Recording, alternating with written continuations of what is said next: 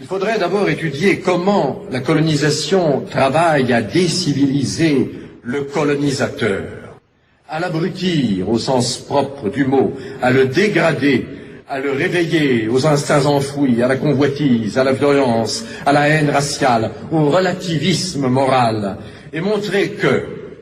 chaque fois qu'il y a au Vietnam une tête coupée et un œil crevé et qu'en France on accepte,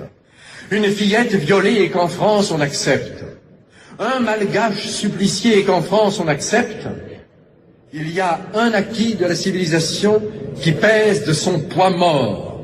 une régression universelle qui s'opère, une gangrène qui s'installe, un foyer d'infection qui s'étend, et qu'au bout de tous ces traités violés, de tous ces mensonges propagés, de toutes ces expéditions punitives tolérées, de tous ces prisonniers ficelés et interrogés, de tous ces patriotes torturés, au bout de cet orgueil racial encouragé, de cette jactance étalée, il y a le poison instillé dans les veines de l'Europe et le progrès lent, mais sûr, de l'ensauvagement du continent.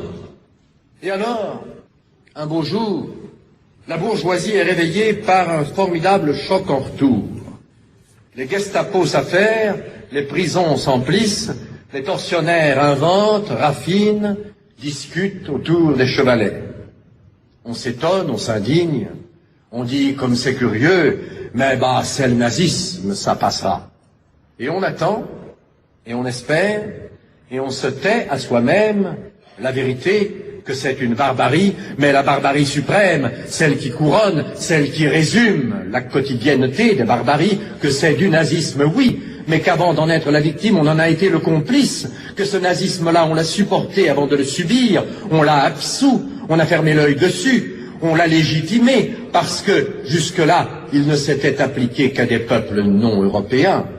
que ce nazisme-là, on l'a cultivé, on en est responsable, et qu'il sourd, qu'il perce, qu'il goûte, avant de l'engloutir dans ses eaux rougies de toutes les fissures de la civilisation occidentale et chrétienne.